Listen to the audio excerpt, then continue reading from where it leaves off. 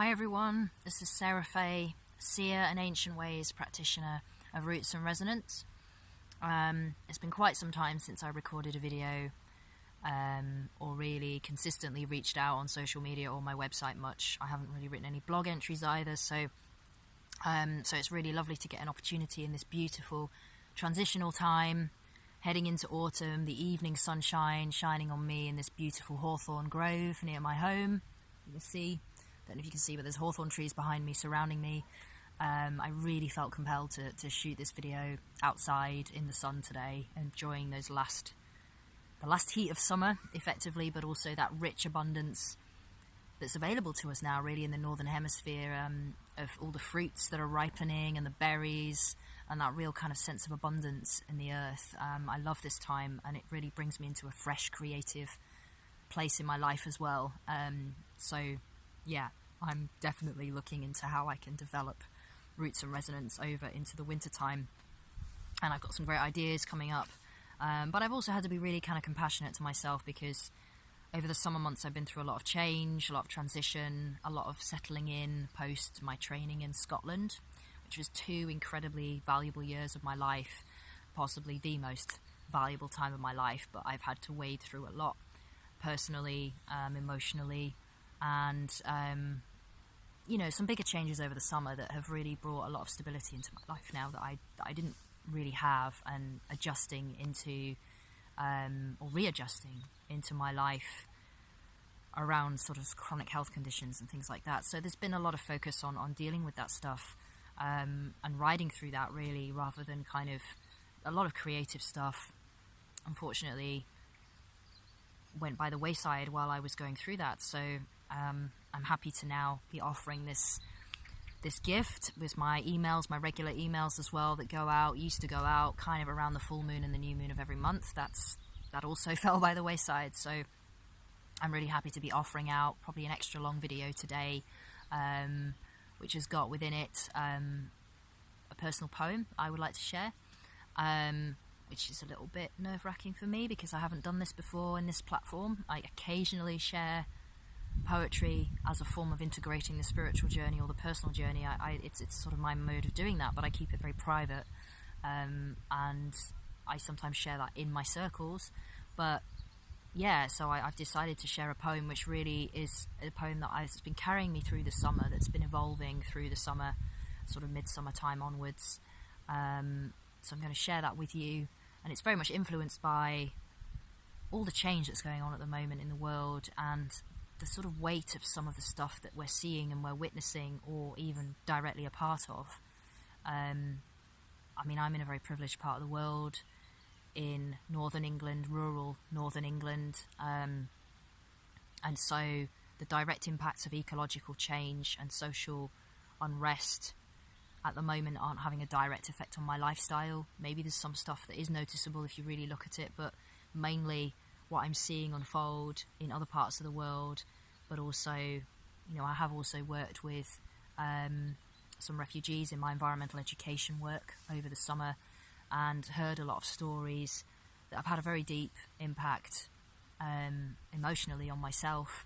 But also I'm seeing in my community a lot of other people as well who are activists, who are deep, sensitive feeling people, who really feel right now that we're on the edge of a massive crisis and transition, and there's a lot of unravelling happening in systems, in politics, in every part of life almost. There is some sense of unravelling, and that can be, I don't know if there are even words to describe that on such a big scale, if we really tune into what's happening. But on a personal level,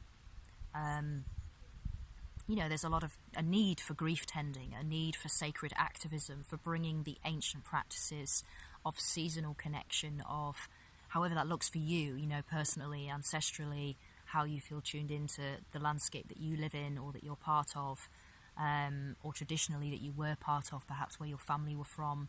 Those kind of things, like reconnecting with those energies on a deeper level, feels incredibly nourishing and supportive, particularly if we can bring others together in those settings. I've witnessed that with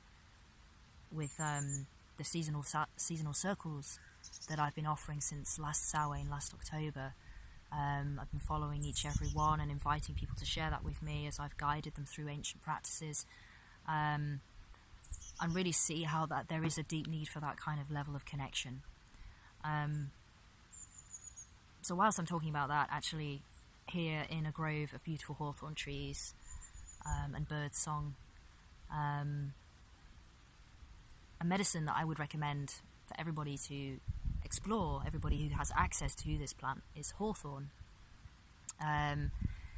Very abundant on these hillsides in the Calder Valley and in many parts of the UK. These beautiful little red berries are getting really juicy and ripe now, and every part of the plant can be tinctured, turned into an alcohol-based medicine, or which is what I'm going to make, is an oxymel, which is a raw cider vinegar combined with raw local honey. Fantastic for the immune system, a fantastic tonic for the digestive system, for the heart as well, and for many heart and circulatory conditions. This has been researched by modern science as a fantastic kind of as a medicine for those kinds of conditions. Obviously, if you want to use it in that way, I would recommend that you get the advice of a qualified herbalist before you go there in terms of dosage and in terms of safety. Although, as far as I know from most sources I've read from, this is a very safe plant. It can even be consumed as a food. Don't consume the stone. The stone has got cyanide in it. So do remove the flesh from the stone, but you can easily do that by squishing it through a sieve after you've boiled it down for 20 minutes to half an hour, a nice slow gentle simmer. You could mix it with other lovely autumn berries, a little bit of local honey, adding those immuno-boosting properties in there for the winter time if you're in the Northern Hemisphere. Fantastic tonic for the immune system, but also really good for digestion and really good for also the energetic and emotional parts of the heart and of our responses emotionally to what's happening in the world perhaps, but also to any kind of sense of grief or loss, or relational difficulties or emotional difficulties you might have with expressing your feelings and your emotions either personally or with others. This is a fantastic herb, a fantastic readily available plant that is also honoured around the time of the ancient Celtic festival of Mabon, as it is known in this part of the world, but also as it is known more globally as autumn equinox, which is happening in the next week, exactly a week today. It's the autumn equinox, the 21st of September. So the hawthorn is one of the many beautiful medicinal allies and plants that's associated with this time. So I'm opening this video with this gift for you that I would recommend if you want to just simply make a nice warming drink out of a mix of different autumn berries with a little bit of natural sweetener, trying to avoid too much refined sugar if possible. Get those natural flavours out and maybe simmer it like a chai. So basically put in some lovely warming spices, some ginger, some star anise, some cinnamon, really lovely, and you can make it concentrated as you like, keep it in a jar when it's cool in the fridge, and then keep topping it up with hot water for a couple of days, and you've got a wonderful, nourishing, heart nourishing, gut nourishing, emotionally enriching tonic. Fantastic if you could take it by the dropper from an oxymel or some other concentrated medicine every day throughout. See how you get on with it. Spend some time with the tree. Lovely tree to meditate beneath, particularly at this time of year. See how it gets on with you, how you get on with it, and maybe they can offer you some resilience and some life-giving properties throughout the autumn and winter time, or throughout your own personal challenges, depending on where you live in the world. It can also probably be ordered in many reputable sources online if you're drawn to it in a country where it's not available or where it's seasonally not available in berry form. The flower is also fantastic, and I believe there are different types of hawthorn as well depending on where you are in the world, so do make sure you check an ID book if you're going out foraging for this to make sure you're getting the right plant, because obviously some berries are toxic. So that little bit of herbal wisdom aside,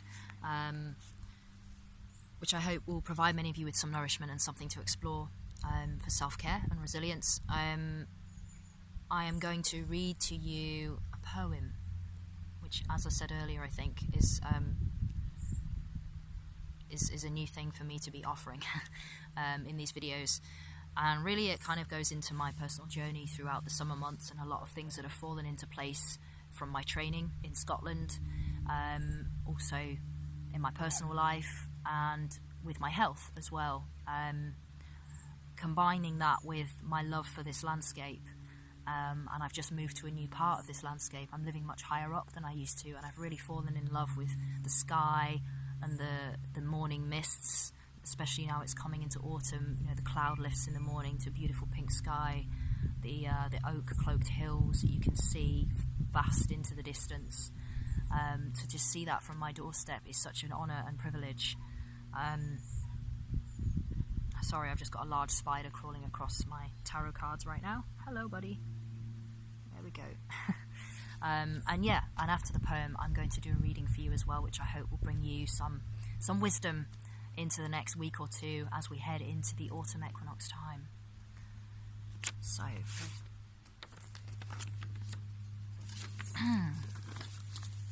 okay, so I wrote this over a period of a couple of months, mainly around midsummer time.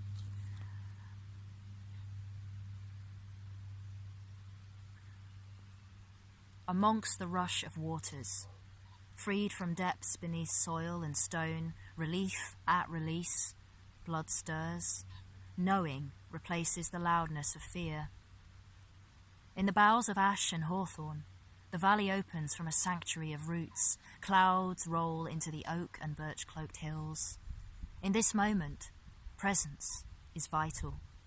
It is all that is vitality, flowing over rough, sore edges as skin meets earth, merging into the furrowed trunk of the world tree.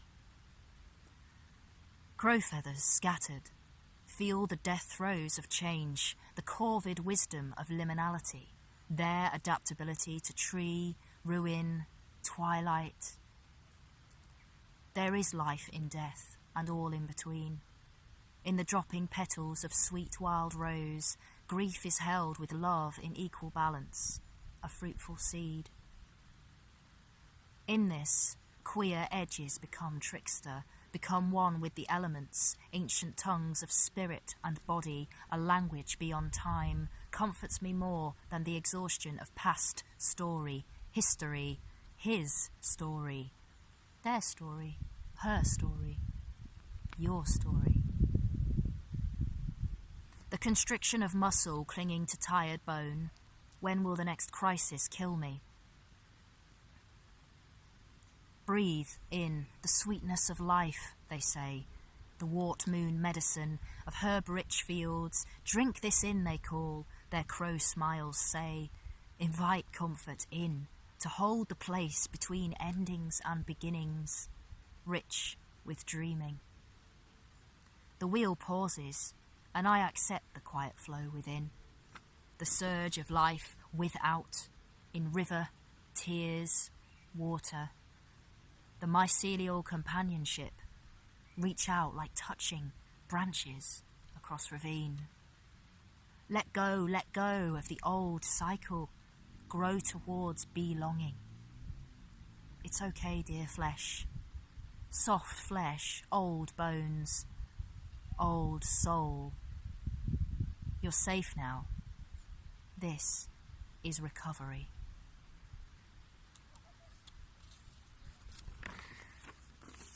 So, yeah, I wrote that I was sat not far from here beneath an old ash tree, a huge ash tree, and it's one of the few ash trees where I haven't noticed something called ash dieback, which is happening a lot in this part of the world and throughout the continent.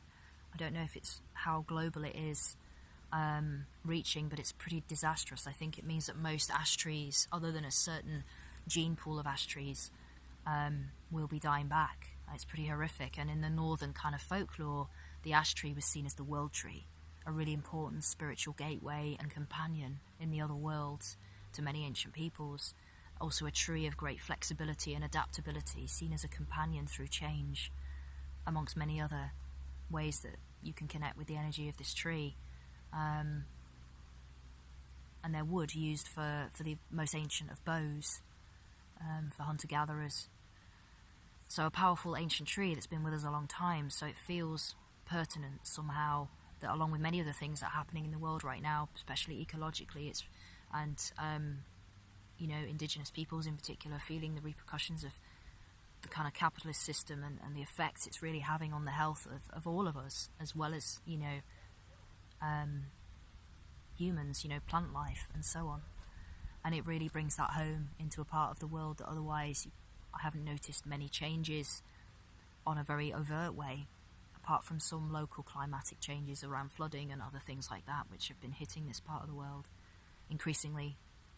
So yeah, the ash tree, the dieback of the ash tree, and my relationship with crows, which has been growing. Their playful energy has been with me since the start of the deepening of my spiritual journey. And I just love here, they gather in the fields, they gather in the trees at night and in the old ruined mill near where I live. And the way they talk to each other and the way they move captivates me. So that, all of that, some of the imagery that's informed that poem, and basically it's a love poem to a landscape, but also an acknowledgement of transition, personal and transpersonal, the need to recover and reconnect in lots of ways. So moving into transition, the seasonal changes, the wheel of the year, we have the full moon in Pisces right now, a very watery time, a difficult time for actually concreting anything, making anything clear and concise and concrete in our lives. It can be quite difficult to do that right now for some people, because really in some ways we're being called to take a bit of a pause in our own journey, certainly in any kind of outer doing kind of way.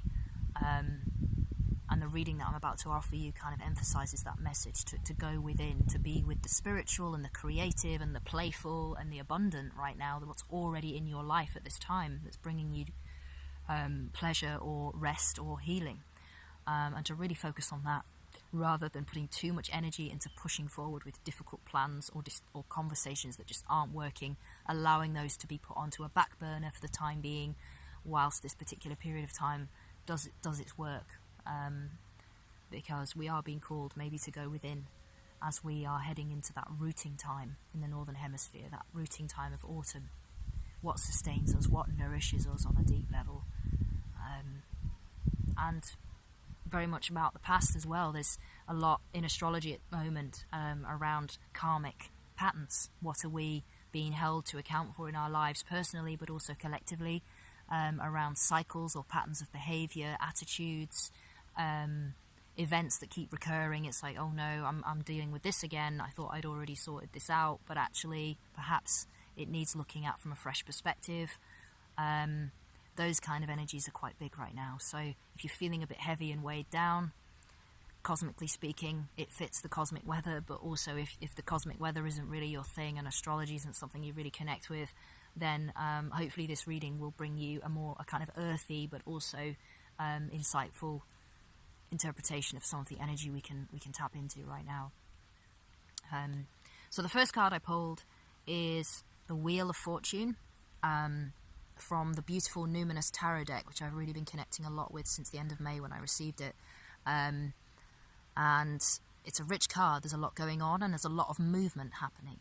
So as many of you may know already who are familiar with the tarot, this card traditionally speaks of movement, progression, cycles of change in the outer world, such as seasonal changes, the ebb and flow of the tides, the phases of the moon, and how all of these things can influence us, as well as also deep personal changes and cyclical changes in our lives. It literally could be things like hitting new milestones in our lives or in our work, major turning points that we've put a lot of work into them, perhaps coming into being, but to some extent the impact of them or the movement of them and the progression of them is also out of our control in some way.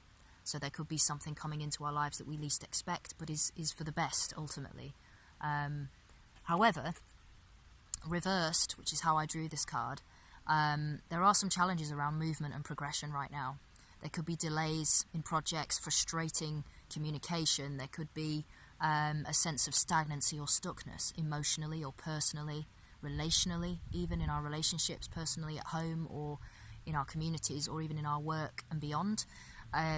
Anything that we're trying to push right now, that we're feeling like we're not getting anywhere, it's really trying to tell us actually maybe that's a sign that what you need to do is withdraw, take a step back, and rather than forcing something into being that's not ready to really flow just yet, because maybe you can't really control all aspects of your life right now, and maybe it's good to step back and get a fresh perspective, but first of all focus on what is immediately available to you, what is already succeeding or growing in front of you or in your life right now, what relationships, what projects, what visions, what's really working for you, you know, what is helping you right now, rather than what is you're trying to push at a door that maybe just won't open yet. Take a step back, take a break, rest. You'll waste your energy if you keep pushing. And the karmic stuff around the past coming up right now for some people might make it really hard to stay in the present, might make it really hard to think about the future. So that's also something to consider as well, that if you're being drawn into the past, that maybe you need to take some time out to rest and be patient. Because particularly if we're someone that likes to do a lot and be out in the world, and we validate ourselves through our achievements, through what we see, manifesting as many things as we can possibly manifest, and you know, it's great to have that energy for periods of time, but we need to also take stock and take time out to reflect, to maybe not try to push the wheel any faster than it can go. And that could be an opportunity for us to slow down, step back, rest, be patient, and trust. Mainly the message of this card really right now is to trust. And the question I asked, which I should have said, sorry, was what is the dominant energy for this time, this autumn equinox time that we're being called to be aware of right now?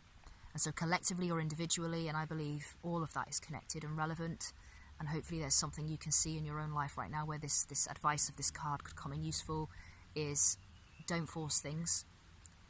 Be in the present moment. You can't control the reactions of everyone around you. You can't control the events around you necessarily right now, but you can have an impact on your own responses, and you can also use this time for good, for healing and rest and restoration of your energy, and to trust. That's the main message, as I was saying, trusting that momentum will pick up when it's ready and when the circumstances are right in your life. I mean, for me at the moment, I've got this lovely injury on my thumb, and it's made me, in one of many ways, this past 12 months or so, reassess my own relationship with doing and being. And it's like, oh, here we go, you know, this old chestnut again, this old story, this old pattern that I've faced so many times, and it brings it up, you know, something as simple as just hurting my thumb has brought these thoughts and feelings up again, and it can be quite a self-critical place that I go to. But I know that I can't force things to happen all at once, and actually it's given me some space to make this video, to be out in the beautiful autumnal sunshine, and to share these offerings with you. So actually, it's actually a really creative time, but I'm having to slow down and do things a bit differently for a while, and maybe all of us can benefit from that right now. So the second card I drew was really looking for a bit of guidance on any particular areas of our lives right now where we can do good, meaningful work over the next couple of weeks that we can take with us into the autumn time, the beginning of autumn, the time of balance, a time of reflection, and a time of celebration of everything that we've achieved in this year so far and been through.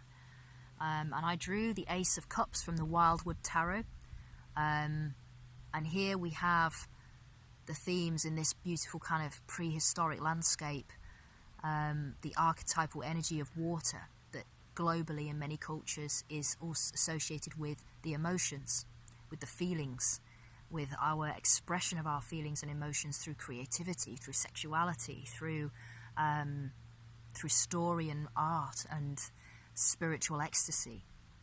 And this is the purest way of expressing our emotions possible. And how can we work with this right now? If we've been repressing our emotions or been feeling emotionally stuck or emotionally stagnant, as the wheel reversed might emphasize,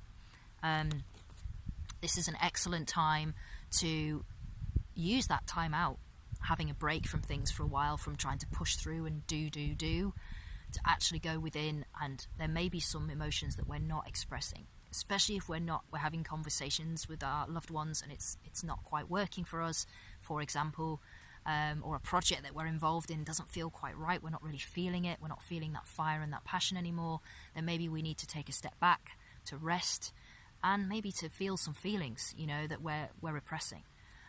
Whether we choose to sit by a beautiful source of water to help us do that, a beautiful lake in the full moonlight, or a waterfall, or even a small pond that's got lovely plants growing around it somewhere in an urban area where you can find some water. Fantastic way to tune into the emotions without it having to involve any real effort. And journaling, or or doing creative activities or spiritual, nourishing activities. Where's my Hawthorn gone? My beautiful friend. Connecting with plants in your local area that you know can nourish your heart and your emotional centers right now. Another way, another ritual of being in tune with your emotions, but without having to use your head too much to do that, which might be your way of dealing with things, but sometimes that can be quite exhausting. So allow maybe the heady stuff around forcing things into being that aren't ready to come into being or aren't ready to be expressed just yet. Put a stop on those, pause, let the wheel pause for a while. It will pick up momentum again. Use this as a time to emotionally nourish yourself with whatever helps you feel content, relaxed, at ease, and able to express yourself most freely. And speaking of freedom, I have a beautiful rune that actually speaks to us to round off the whole reading today, that represents freedom from support and guidance from a trusted source. And we have, if you can see, sorry, the sunlight now is right on my face, so I don't know if you can see anything very clearly right now, but hopefully you can see this rune Ewaz, which looks like a giant letter M. Here on my rune set, my Norse runes. To the Norse people, horse, and to many other people globally, of course, is an ancient companion. A companion through all kinds of stories in human civilization, through war, through finding nourishment, through nomadic living and trading, through building relationships. The horse is an incredibly emotionally sensitive creature, like we are, and like many other creatures and many plants. And you are being drawn right now to find any connections that bring you deep-rooted support in your life, because that is how we find freedom in these challenging times, and how we find resilience, and how we find connection. At least that's my feeling. So sitting in circle with like-minded folks, going for walks to a place where there's water, and if you are able to access time with horses, perhaps they've also got some medicine for you right now. Horses, hawthorn, water, beautiful symbols for the collective and personal story right now. So I will bring this video to a close. Nearly half an hour of sharing with you. I hope you found some pearls of wisdom and nourishment and inspiration within this video. I'd welcome any comments, any feedback at all that you can add, any likes on social media, or I'd really appreciate any shares. I'm still redeveloping my website. That will be happening very soon. I've got more workshops planned and seasonal gatherings. The next one is the 28th of September in Hebden Bridge at the lovely Birchcliff Centre, and conditions permitting we will also be connecting with the natural landscape. Actually, these woods where I am now is the top end of the woods down at the bottom there, where we'll be connecting with that space and the autumn energy on the 28th of September. So if you're local and you can come to that, check out my Facebook page, Roots and Resonance, for the event, or contact me via email below this video to reserve your place. You do need to email to book your place, and there are low income allocations available as well.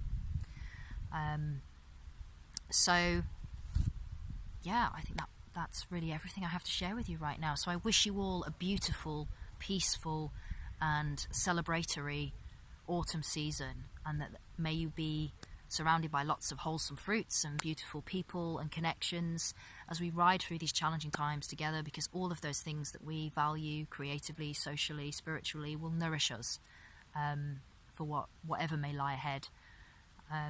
Yeah, so I've been Sarah Fay of Roots and Resonance, and check me out at www.rootsandresonance.net.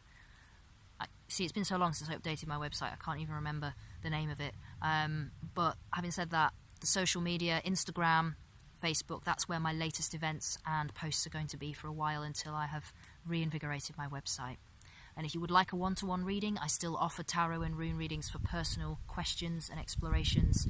I can tailor that to your needs, online or in person if you're more local, or over the phone or something like that. I'm very open to how we do this, so do get in contact. My email address and my details are below, and thank you once again. Take care.